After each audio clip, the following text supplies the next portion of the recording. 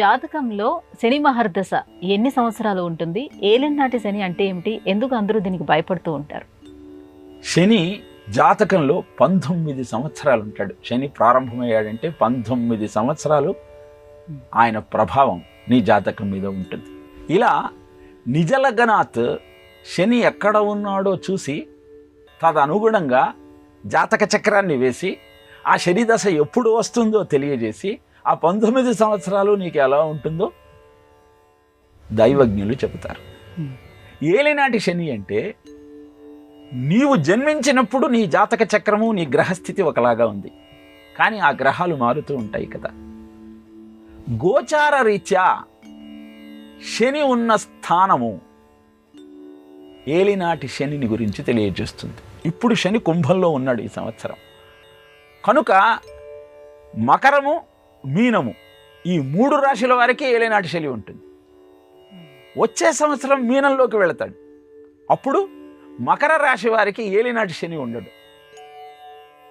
ఇలా 2.5 సంవత్సరాలకి రాశి మారేటువంటి శని తానున్న స్థానమే కాకుండా అంతకు ముందు స్థానాన్ని తరువాత స్థానాన్ని ప్రభావితం చేసేటువంటి లక్షణం కలిగినవాడు.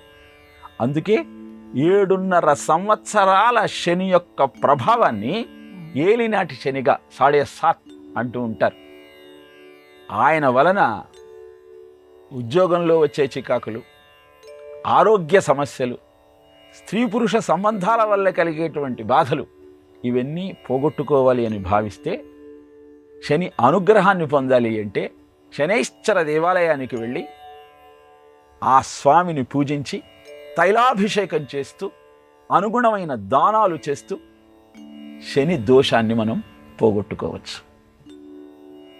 శని జన్మస్థానంలో ఉండటం కాకుండా కుంభంలో ఉన్నవాడికి, వృశ్చిక రాశి వాడికి, వృశ్చికం నుంచి కుంభము 4వ స్థానం అవుతుంది కాబట్టి వృశ్చిక రాశి వారికి అర్ధాష్టమ శని అని చెబుతారు. అలానే కర్కాటక రాశి వారికి అష్టమ శని, వృషభ రాశి వారికి కంటక శని.